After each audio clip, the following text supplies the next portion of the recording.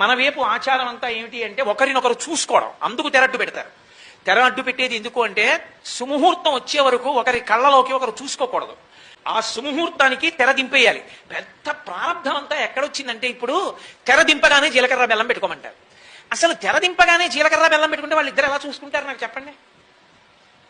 ఈయన ఇలా పెట్టింటాడు, ఆవిడ ఇలా పెడుతుంది కాబట్టి పొట్టి చెయ్యో పొడుగు చెయ్యో ముందుకు వంగిందో ఏంటి బాగుండదు, రేపొద్దున జీవితాంతం ఆ రోజున మీరు వంగలేదంటుంది అని ఈయన ముందుకెళ్ళి ఇలా పెట్టి ఇలా పెడతాడు.